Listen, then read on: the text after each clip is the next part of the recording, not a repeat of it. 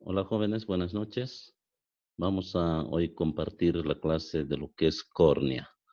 Para empezar, como desde costumbre, vamos a ir a mostrarles las diapositivas para que así ustedes puedan ubicarse mejor con lo que respecta a este tema. Es un tema muy interesante ya que hay muchas patologías ligadas a esta estructura anatómica.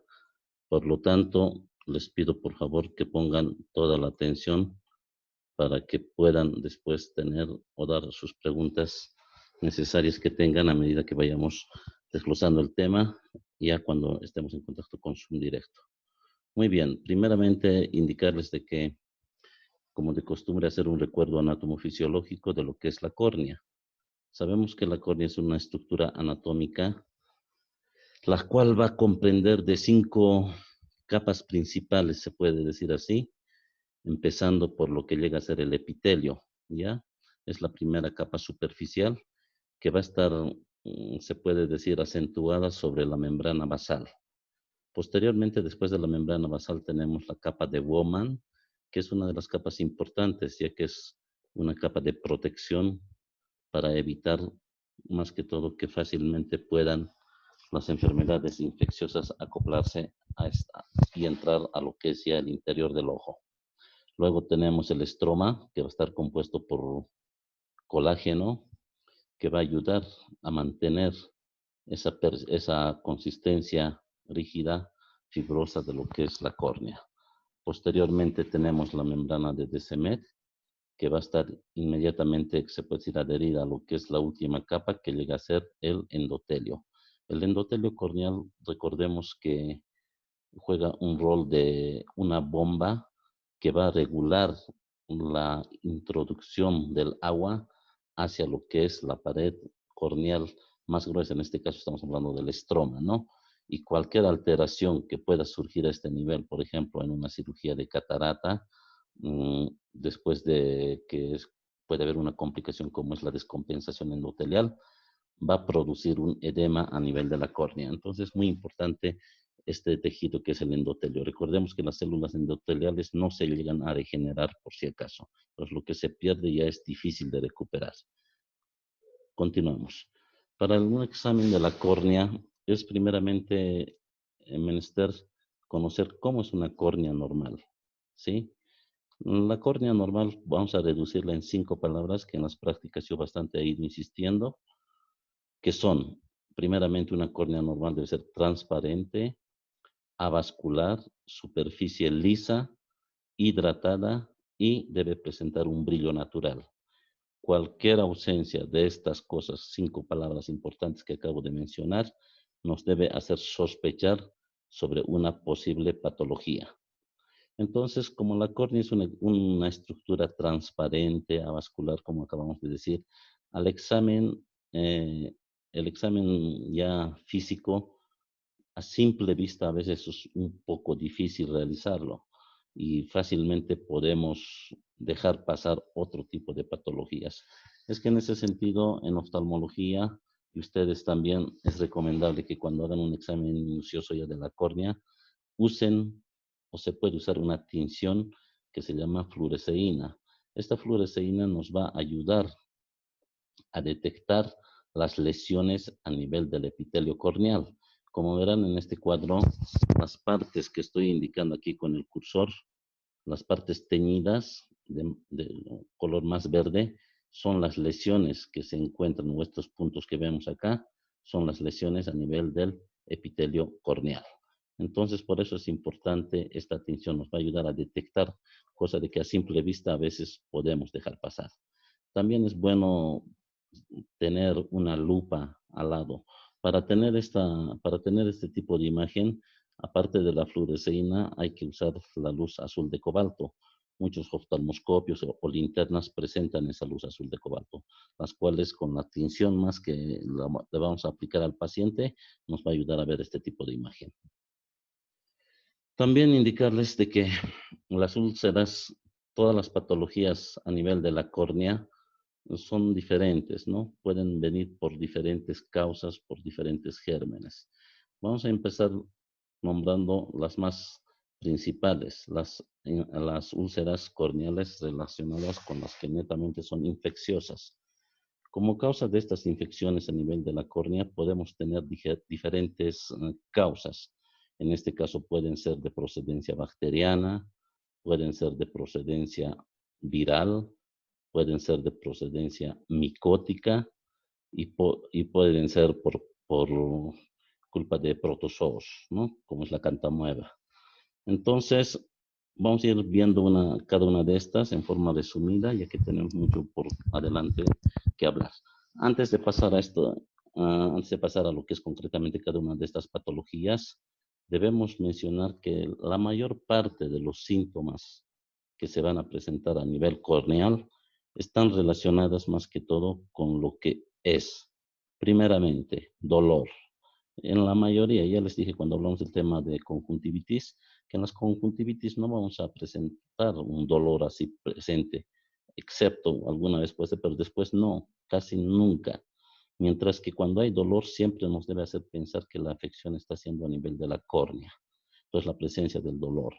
Luego, fotofobia, vale decir, la dificultad que tiene uno para ver a la luz, la disminución de la agudeza visual, el blefaroespasmo, la sensación de cuerpo extraño, ¿ya?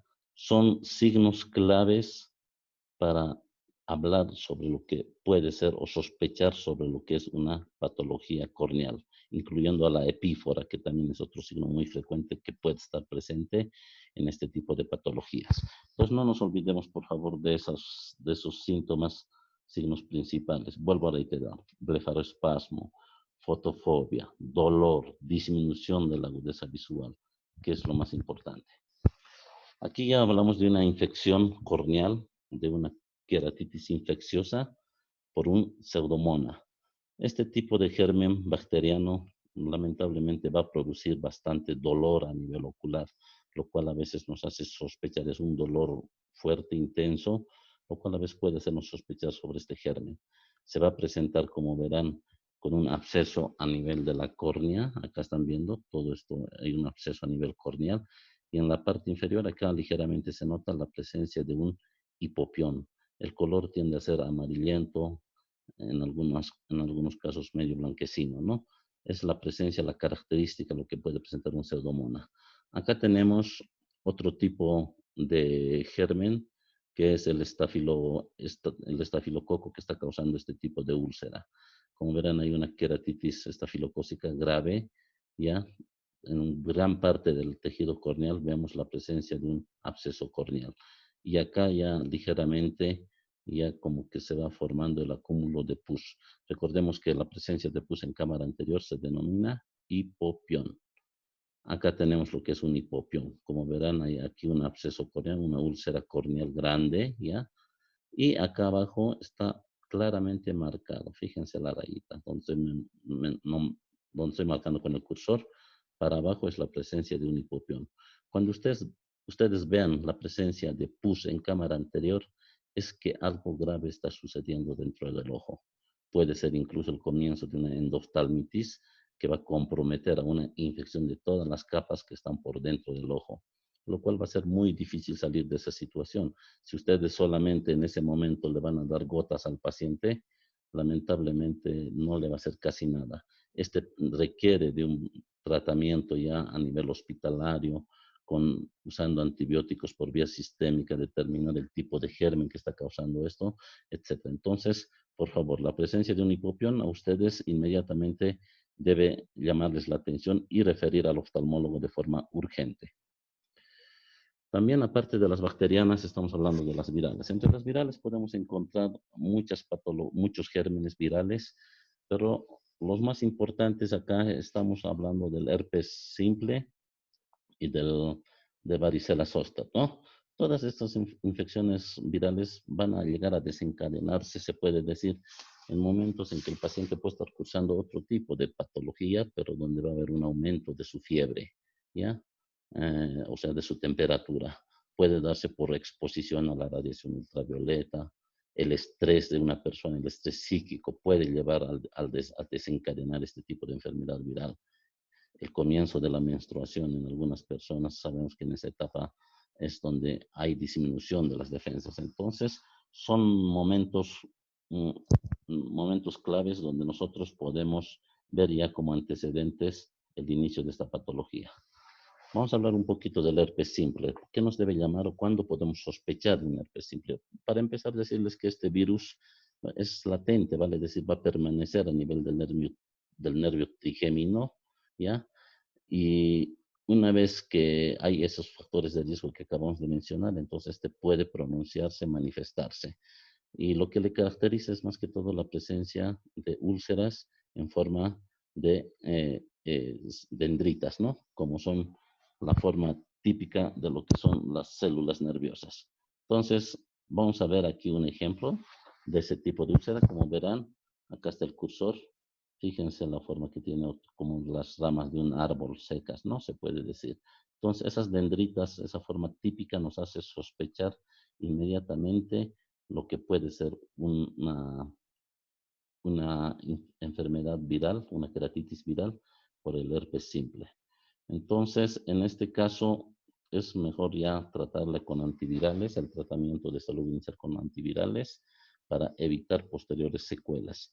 Una de las complicaciones cuando este tratamiento o esta patología no es tratada es que deja bastantes cicatrices a nivel de la córnea, lo cual se denomina leucoma. Más adelante vamos a ver un cuadro de ese tipo, que es un leucoma, ¿no? Entonces, por eso es importante tratarlo antes posible. A veces también este tipo de lesiones, este tipo de herpes simple, llega a producir, a complicarse con otro tipo de queratitis, en este caso neurotrófica, cuando hay falta de sensibilidad a nivel de la córnea. El otro tipo de virus que puede producir serias lesiones a nivel corneal es la varicela zoster, ¿no? Esta varicela zoster sabemos que a nivel ocular se va a manifestar más que todo por la afección de la rama oftálmica nasociliar, ¿ya? Y la afección de esta rama oftálmica nasociliar va a producirnos el signo típico de Hutchinson, donde vamos a ver claramente, en este cuadro se ve, cómo es que, qué ramas es que está afectando, cómo es la afección de la rama nasociliar, ¿no? Este tipo de varicela zoster es muy fuerte para el ojo, ya que no solamente puede comprometer lesiones a nivel corneal, sino también a nivel de nervio óptico, a nivel del tracto uveal. Entonces, cuanto más antes se inicie el tratamiento, más antes se diagnostique, vamos a tener mejores posibilidades de evitar complicaciones. Igualmente, el tratamiento se realiza vía oral, inmediatamente iniciar aciclovir, que es el tratamiento indicado. Acá tenemos otro cuadro, ya, con la presencia de vesículas a nivel de la rama frontal, se puede decir, del nervio óptico, ¿sí? Y aparte del nervio oftálmico, aparte de eso, vemos cómo es que el ojito está afectado severamente, ¿no? Este ojo está normal abierto, pero miren, como les decía, no solamente va a afectar a lo que es la córnea, puede afectar incluso a los párpados, a los anexos. Lamentablemente, este tipo de herpes puede dejar serias lesiones a nivel ocular. Acá tenemos un cuadro de una tinción de ese tipo de herpes que con la fluoresceína nos está marcando más o menos. Es una úlcera en forma geográfica que a veces puede dar. A veces se presenta también en forma de dendritas falsas, se llama así, de pseudodendritas, que es típico ese cuadro. Entonces hay que tener ya una idea básica de más o menos qué tipo de presencia va a ser. Puede presentar este cuadro. Pero ya la presencia de vesículas, la afección del ramo nasociliar, inmediatamente lo más probable estamos hablando de una varicela zoster. Entre otro tipo de infecciones corneales, vamos a hablar lo que es las queratitis micóticas. Estas queratitis micóticas generalmente se van a presentar en pacientes con bajas defensas, ¿sí? Diabéticos, pacientes con VIH puede ser.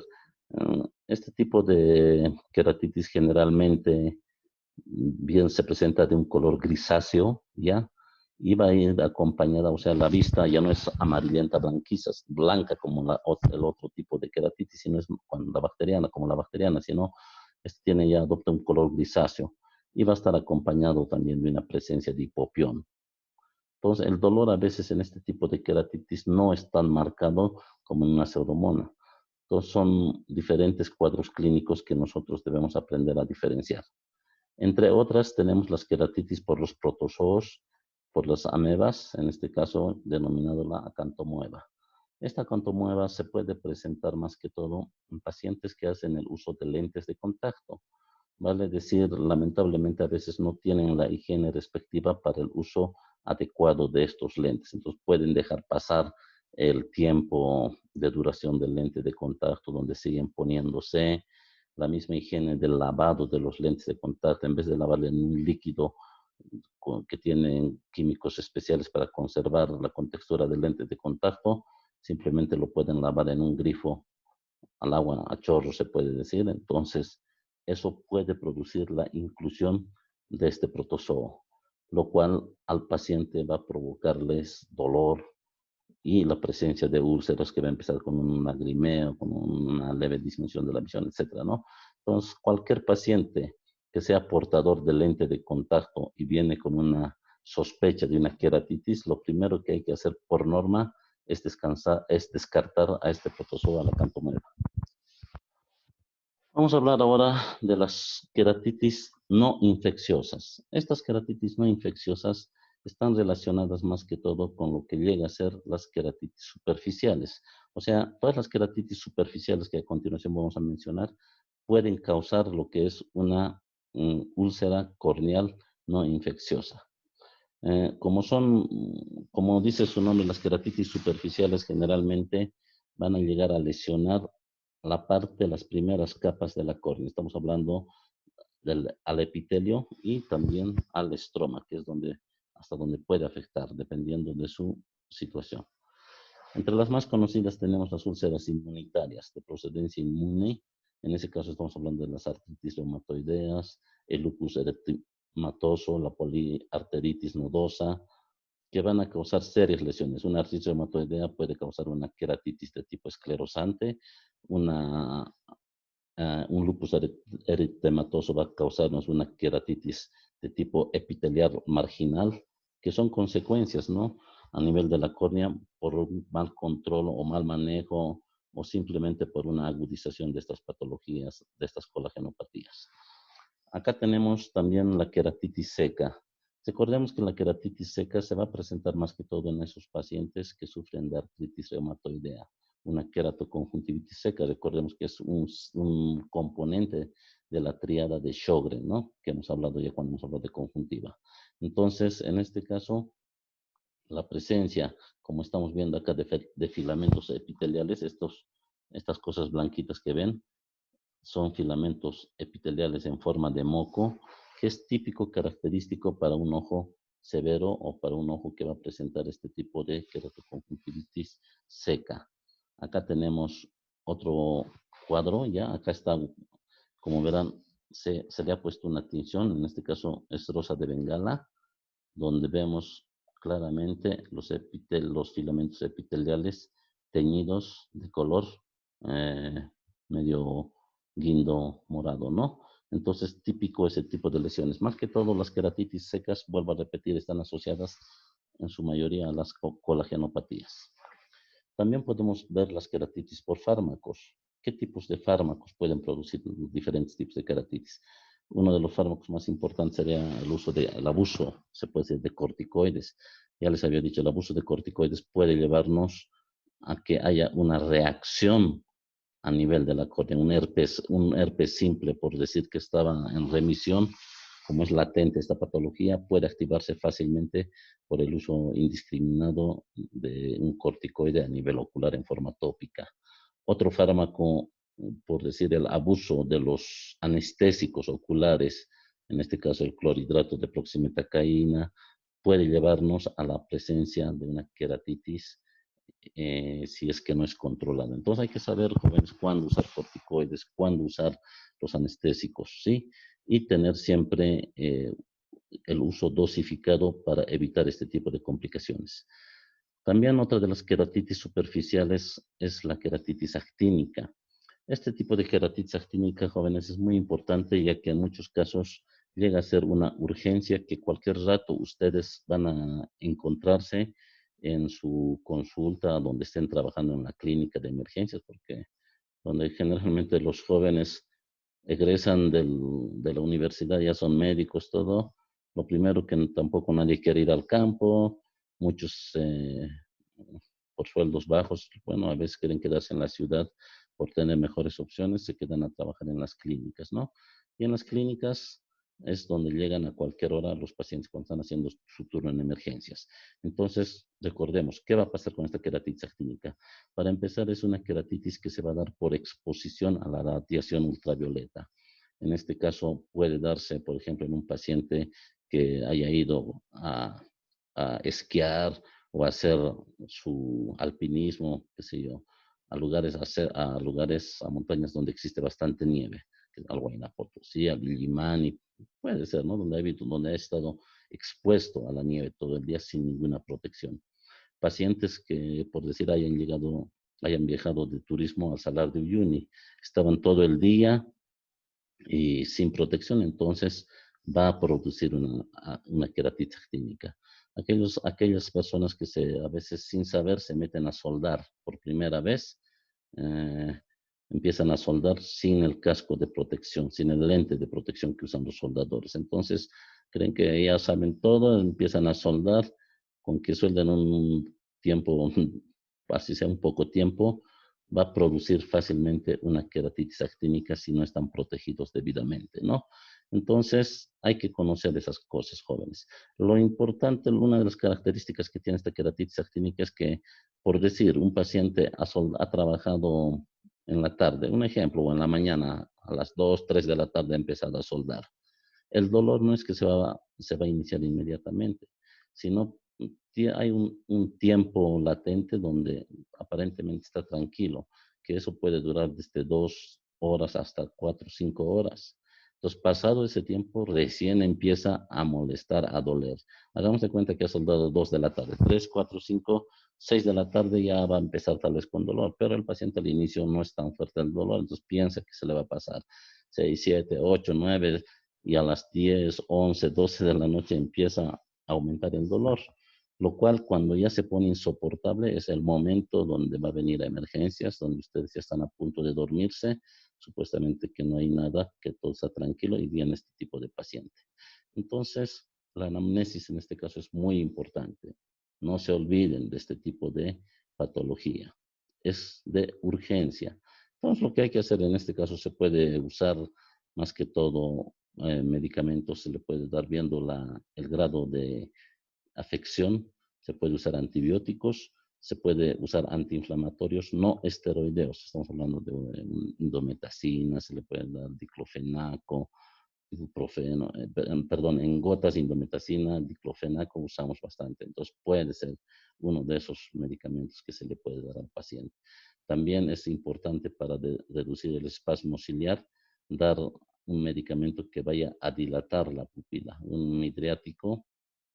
eh, Se le puede poner, por decir, en este caso, un cicloplégico, si es mejor, sería mucho mejor una atropina, o si no, ponerlo también lo que puede ser el medicamento que usamos para fondo de ojo, ya, que se llama, se me fue el nombre, ¿no? La, bueno, enseguida les digo. Entonces son medicamentos que pueden producir este tipo, que van a ayudar a aliviar las molestias. También otro tipo de medicamento que podemos usar si la lesión está fuerte, hay un riesgo de infección por la pérdida del epitelio, son los antibióticos en forma tópica, cada uno de estos medicamentos, ¿no? Luego tenemos también la queratitis post-rosácea. Recordemos que la rosácea es una enfermedad común que se encuentra en nuestro medio, ¿ya? Es bastante frecuente.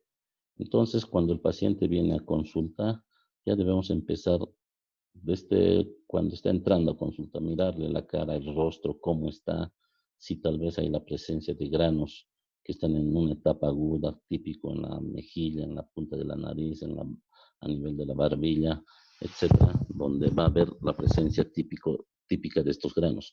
¿Qué es lo que van a producir este tipo de lesiones? A ver, aquí no acá tenemos, ¿no? Un cuadro, fíjense, es una acné rosácea con la característica típica de la presencia de los granos.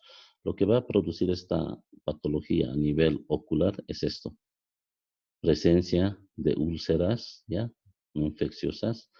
El dolor puede ser entre leve y moderado, ¿no? Tampoco es así como el de una úlcera, pero vamos a ver, tal vez algo que nos va a ayudar a confirmar este diagnóstico ya son la presencia de formación de neovasos en esa área afectada. Y generalmente este tipo de lesiones tienden a presentarse a nivel del limbo. Entonces es muy importante tomar en cuenta estas patologías. Luego también vamos a presentar otra de las queratitis inmunes, lo que es la queratitis flictenular. Ya habíamos hablado la vez pasada, cuando les di de conjuntiva, sobre las queratitis, las flictenulas conjuntivales, ¿no? En este caso, tenemos una queratitis flictenular. Esta queratitis, fíjense, se encuentra cerca del limbo. Son características típicas de su localización. Pero en este caso, el paciente, la mamá más que todo le trae, esto se presenta generalmente en niños, en pequeños, en 7, 10 añitos, y más que todo le trae la mamá porque la mamá se da cuenta de que en su ojito ha aparecido una ampolla blanquita, dice, ¿no? Entonces, si la mamá se da cuenta, ustedes con mayor razón al examen físico lo van a poder ver. El pacientito no se queja mucho, sí se puede frotar el ojito, puede ser un poquito que esté lagrimeando, pero más allá no pasa, o sea, no hay un dolor típico como una queratitis bacteriana, ¿ya? Una infecciosa. Aquí está tranquilo aparentemente el paciente, pero la presencia de esta flicténula es que se denomina, ya le llama la atención a la mamá, por eso es que le trae. Entonces, inmediatamente lo revisamos, confirmamos el diagnóstico y se inicia un tratamiento antiinflamatorio, antiinfeccioso, lo cual en una semana, cuidándose con las respectivas prevenciones de no estar expuesto al sol, a la tierra, al polvo, entonces esto va remitiéndose el cuadro. Esto hemos visto ya lo que es la rosácea. Ahora vamos a ver las úlceras neurotróficas. Este tipo de úlceras neurotróficas se da generalmente por la afección sensorial a nivel de la rama del trigémino. Puede ser como una secuela de una sección quirúrgica en esta área, por la aplicación de radioterapia, el herpes, los diferentes tipos de virus que pueden existir, un LUES, vale decir una sífilis, lepra, diabetes, pueden causar este tipo de lesiones neurotróficas. Las úlceras inmunitarias, ya habíamos dicho más que todo, ya más antes hemos hablado, que se va a dar más que todo en pacientes con artritis reumatoidea, lupus eritematoso, que nos van a dar complicaciones como es una queratitis esclerosante y una queratitis epitelial marginal. Muy bien, entre otro tipo de lesiones que vamos a encontrar a este nivel son más que todo las lesiones por deficiencia de vitamina A. En algunos pacientes se puede ver cuando hay esta deficiencia de esta vitamina, ¿no? Generalmente esto es de tipo bilateral, se presenta en una forma grisácea, ¿ya? Tipo la queratitis por micótica, ¿no? Más o menos similar a ese cuadro, pero en este caso es bilateral, lo cual nos debe llamar la atención. Una queratomalacia, ¿qué pasa? Fácilmente tiende a perforar la córnea, esta deficiencia de vitamina A. Entonces, es muy severa, hay que actuar inmediatamente para evitar más severas complicaciones. Y cuando es indolora, saben que el paciente, mientras no le duele, a veces no se presenta. Entonces, lamentablemente, a veces puede venir el paciente ya en etapas ya más avanzadas o en cuadros oculares ya complicados. Las laceraciones. Recordemos que las laceraciones son las heridas cortantes que vamos a ver a nivel de la córnea. Acá, por ejemplo, ha habido una herida cortante a nivel de la córnea, donde estoy señalando el cursor, desde acá arriba. Todo esto ha sufrido una laceración en el tejido corneal. Entonces, lo que se ha hecho es inmediatamente la reparación quirúrgica. Son puntos ya a nivel del estroma corneal que están para evitar el prolapso, el contenido del líquido intraocular y así esperar a que esto vaya a cicatrizar. Generalmente este tipo de lesiones tardan en cicatrizar. Los puntos se tienen hasta 3 meses. Más antes no se puede retirar porque recuerden que es un tejido avascular y la cicatrización no es de inmediata. Acá tenemos otra patología que es la abrasión corneal. La abrasión corneal es un daño superficial del epitelio. Esta se puede dar, por ejemplo, como se dice cuando uno se rasguña, ¿no? Con la uña, puede ser con la punta de la uña, si ha sufrido un rasguño. Puede darse también por, qué sé yo, con el borde de una hoja de papel, sin querer, se haya dañado esta parte superficial del epitelio corneal. En otras palabras, ese tipo de daño o de erosión corneal se conoce como rasmillado, ¿no? Cuando hablamos, se ha rasmillado la piel, se ha caído, se ha rasmillado, ¿qué es un rasmillo? Es una lesión, es una erosión, en este caso a nivel de la piel, en este caso, pero lo que estamos hablando es a nivel de la córnea, o sea, una ausencia de tejido superficial en la zona afectada. Cuando se le hace una tinción con fluorescina, vemos claramente la delimitación, dónde está, y toda la parte afectada está teñida, ¿no? Entonces, es importante considerar. Entre traumas frecuentes que podemos encontrar a nivel de la córnea, entre otras patologías, son la presencia de un cuerpo extraño corneal. El cuerpo extraño a nivel de la córnea no es algo que nosotros podamos notar a veces a simple vista. Hay que ser muy meticulosos, muy persuasivos en el sentido de tratar de ubicar al cuerpo extraño. Acá vemos claramente, felizmente, el cuerpo extraño. Alrededor ven un halo medio amarillento. Esto ya nos está mencionando de que este paciente ya es, lo más probable ya tiene bastante dolor por la infección y esto va avanzando más y más y más. Entonces, inmediatamente este tipo de cuerpos extraños superficiales a nivel corneal deben ser derivados al oftalmólogo urgente, ya que requiere una extirpación de este cuerpo extraño, la limpieza de toda el área y el tratamiento tópico correspondiente.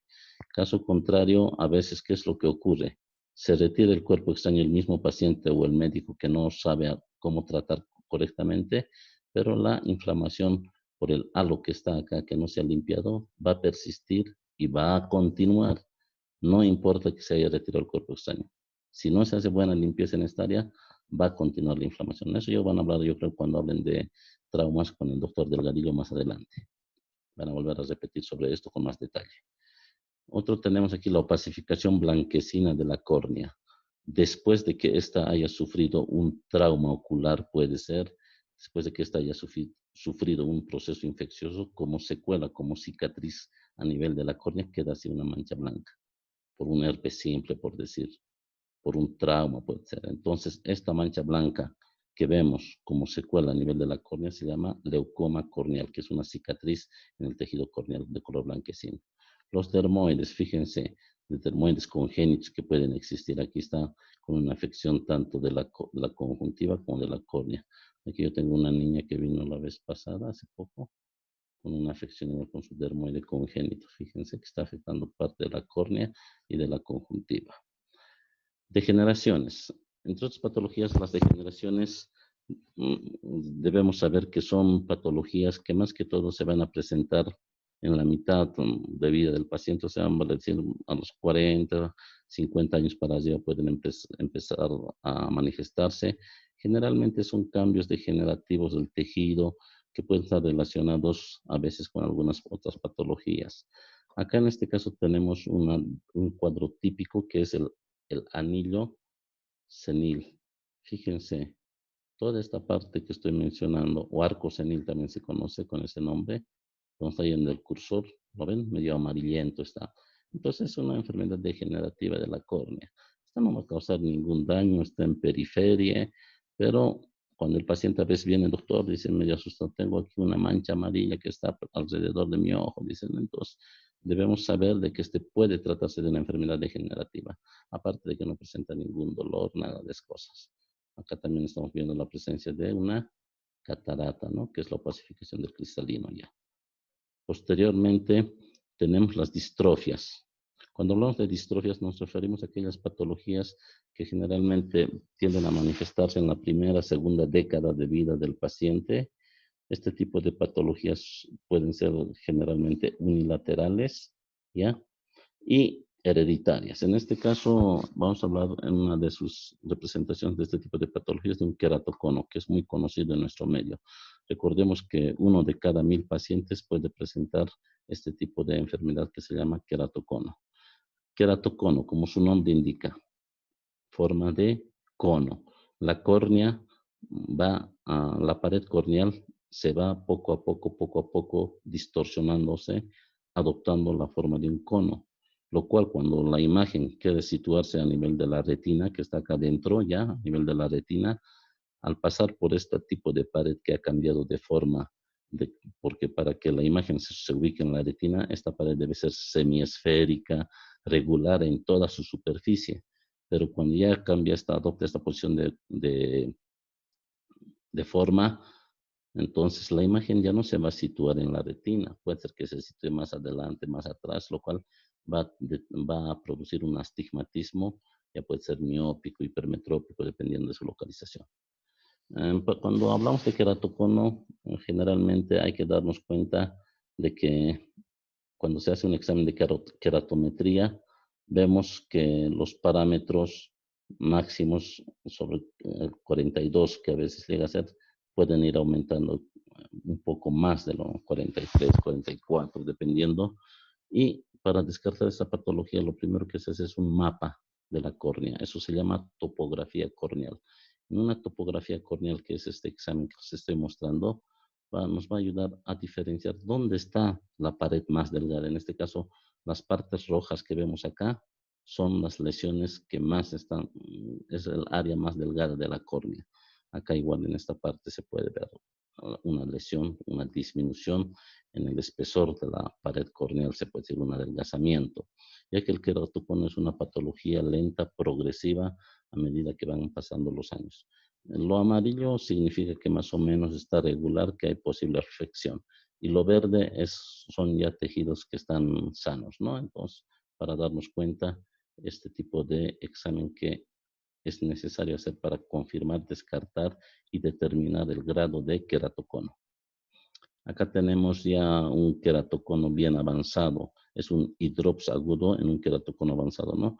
¿Qué pasa? Como habíamos dicho, como se va deformando la córnea, la pared, el espesor de la pared corneal, entonces por ende va a haber una afección a nivel del endotelio corneal, que es la capa que regula la cantidad de introducción del líquido hacia el estroma.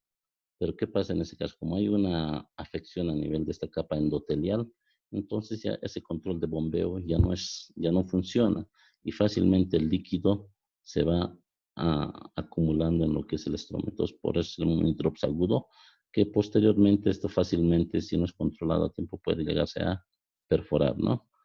Acá tenemos el signo de Munson, que es característico, con la mirada hacia abajo, suspendiendo ambos ojos. Vamos a podernos dar cuenta al examen semiológico físico la presencia de un queratocono, ¿no? Ya, pero en este caso ya son avanzados, pero cuando está iniciándose, a veces es difícil detectar. Entonces, lo que nos debe llamar la atención son sus altas dioptrías y hacer un examen inmediatamente para descartar. El tratamiento para este tipo de patologías, usamos diferentes tratamientos. Uno de los principales es la implantación de lentes de contacto rígidos que pueden ayudar a detener el avance progresivo de esta enfermedad, ¿ya? Pero hay que tener en cuenta de que a veces puede haber complicaciones, como en este caso depósito por lentes de contacto a nivel de la córnea. Entonces, ese tipo de tratamiento a veces, en vez de producir mejoría, puede causarle más molestia. Entonces, descartamos el lente de contacto. Viendo el espesor de la córnea, cuántos micrones tiene su espesor. Entonces, si está ya muy avanzada, muy delgada la córnea, actualmente en muchos casos, muchos cirujanos se usa lo que es los anillos intraestromales. Los anillos de Fesara son los más conocidos. Como verán, son anillos que se ponen a nivel del ojo. Acá está un esquema a nivel de la córnea, en el estroma de la córnea. No es que está puesto sobre el iris por si acaso, está en el estroma de la córnea, lo cual va a evitar que la córnea vaya cambiando de forma, en forma de cono. Es como un freno que se lo pone a los laterales, lo cual va a evitar ese avance progresivo del deterioro y adelgazamiento corneal. Acá tenemos implantados ya los anillos intraestromales, como verán, ya. Son técnicas de elección en un queratocono, porque toda técnica a veces tiene complicaciones. En este caso, a veces los anillos intraestromales que se ponen tienden a salirse de un determinado tiempo. Hay la sensación de cuerpo extraño, entonces hay que retirarlos. Son casos de que al paciente hay que advertir de las posibles complicaciones para evitar problemas. Hay otro tipo de tratamiento menos invasivo, se podría decir así, que es que se usa en nuestro medio. Actualmente en la clínica donde yo estoy trabajando realizamos este tratamiento, lo realizo, que es la aplicación de crosslinking. Esta aplicación de crosslinking viene en la aplicación de radiación ultravioleta ya a nivel de la córnea, pero en este caso una aplicación ultravioleta que se va a combinar, se puede decir así, con lo que es la vitamina. En este caso vemos claramente cómo es que aquí se está dándose la aplicación de la radiación ultravioleta después de haber ah, puesto o aplicado al ojito lo que es la riboflavina. Entonces, esa vitamina va a hacer que este daño de la radiación ultravioleta no sea directo, más al contrario, va a evitar, va a hacer de que se vaya a endurecer la capa de colágeno a nivel de la córnea, lo cual hace que no avance este tipo de patología. Entonces, la riboflavina es la vitamina que se usa en este caso de tratamiento. Aquí estamos procediendo con la radiación ultravioleta en el paciente, ¿sí? Ahora, cuando ya el caso ha sido extremo, vale decir ya la córnea lamentablemente ya se ha perforado por un queratocono, o no siempre por un queratocono, pues puede ser por traumas, por leucomas grandes que existen. Entonces, en ese caso, un tratamiento que se puede hacer es el trasplante de córnea. El trasplante de córnea, como verán, es la donación de un tejido de un paciente ya muerto que inmediatamente se le saca el tejido y se lo pone al paciente receptor. En este caso se le ha hecho el trasplante de córnea y aquí están los puntos. ¿Ya? La complicación es de que a veces puede haber un rechazo de este trasplante de córnea dependiendo de la compatibilidad del tejido. Pero cuando son queratoconos, felizmente tenemos un más buen porcentaje de casos evolutivos favorables. Bueno, por último ya vamos a ir hablando de lo que es la aplicación del láser a nivel de la córnea. Recordemos que a nivel de la córnea existen generalmente la mayor parte de los tratamientos refractivos, o sea, para no usar lentes, se realiza a nivel de la córnea. Entonces, entre uno de esos aparatos que usamos es el láser exímero. Entonces, el exímer láser es un láser, es un aparato ya diseñado especialmente para este tipo de cirugías. Como verán, acá está el aparato, aquí es por donde nosotros vemos para realizar el láser. Acá está el paciente ya echadito. Esta es una computadora donde se introducen los datos del paciente, los cuales en la topografía córnea nos va a dar mediante una pupilografía, una queratometría, todo eso. Entonces, todos esos datos se introduce para ver cuánto es que vamos a esculpir, se puede decir así, el tejido corneal. O sea, qué, a qué grado es que va a ser la intervención del láser en el ojito para corregir esa ametropía que el paciente va a presentar. Es un tratamiento donde aquí se ve claramente preparando ya el paciente, listo para su operación. Entonces es un tratamiento que es bastante rápido en el tiempo quirúrgico, ¿ya? La recuperación cuando el proceso no lleva ninguna complicación también es rápida. Hay muchos pacientes igualmente que vienen a operarse en la clínica donde trabajo, más que todo aquellos pacientes que quieren postular a academias para que no tengan no se hagan observar en su examen de la agudeza visual, ¿no? Porque esos son los que más que todo son jóvenes que vienen a hacerse este tipo de cirugía. Siempre, pero hay que ver, valorar y informarle al paciente los pros y contras de este proceso quirúrgico que puede ser beneficioso para él. Entonces, aquí estamos viendo en la pantalla cómo es que se está introduciendo los datos y ya se está iniciando el procedimiento. Ahí está un queratótomo. El queratótomo es la parte, primeramente fijamos bien la córnea, ¿ya? Una vez que está fija la córnea, se lo introduce el queratótomo y se hace un flap a nivel corneal. Acá van a ver en este esquema, fíjense, este es el flap que se ha hecho, es como un flap que se hace, el láser, el queratótomo lo va cortando hasta cierta parte, entonces nosotros elevamos el tejido de la córnea, una vez que esté elevado el tejido de la córnea, aplicamos el láser, por por un minuto puede ser, dependiendo el tiempo, la necesidad que sea necesaria. Entonces aplicamos el láser, posteriormente retiramos el láser y este tejido se le vuelve a poner a su lugar y esperar la recuperación correspondiente. Es una cirugía, lo cual gracias a Dios tenemos muchos resultados positivos y la que se practica a nivel mundial. Entonces, cualquier cosa, siempre si quieren saber algo más detalles de esto, estoy presto a darles la información respectiva. Muy bien, jóvenes, con esto hemos terminado nuestra teórica. Muchas gracias por su atención. Nos estaremos viendo la próxima semana. Así que pasen buen día. Hasta pronto. Chao. Voy a cortar. Vamos.